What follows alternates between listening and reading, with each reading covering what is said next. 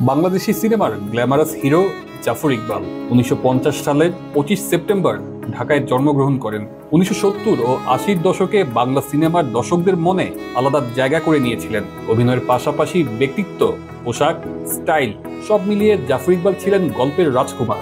জাফর ইকবাল অভিনীত প্রথম সিনেমা আপন পর ১৯৬৯ সালে মুক্তি পায়। ১৯৭০ দশকের মাঝামাঝি সূর্য সংগ্রাম সিনেমায় প্রথম ববিতার বিপরীতে অভিনয় করেন। নয়নের আলো সিনেমার মাধ্যমে তিনি রোমান্টিক নায়ক হিসেবে পরিচিতি পান। বেশ শতাধিক সিনেমায় অভিনয় করেছেন জাফর ইকবাল। তার অভিনীত সিনেমাগুলোর মধ্যে অবুঝ হৃদয়, ভাই বন্ধু, অবদান, ফকির মজনু শাহ, নয়নের আলো, এক মুঠো ভাত, গৃহলক্ষ্মী, বন্ধু আমার, উসিলা অন্যতম। বোন শাহনাজ রহমতুল্লাহর মতো গায়ক হিসেবেও অনন্য ছিলেন জাফর ইকবাল। ১৯৬৬ সালে প্রতিষ্ঠা করেছিলেন রোলিং স্টোন ব্যান্ড।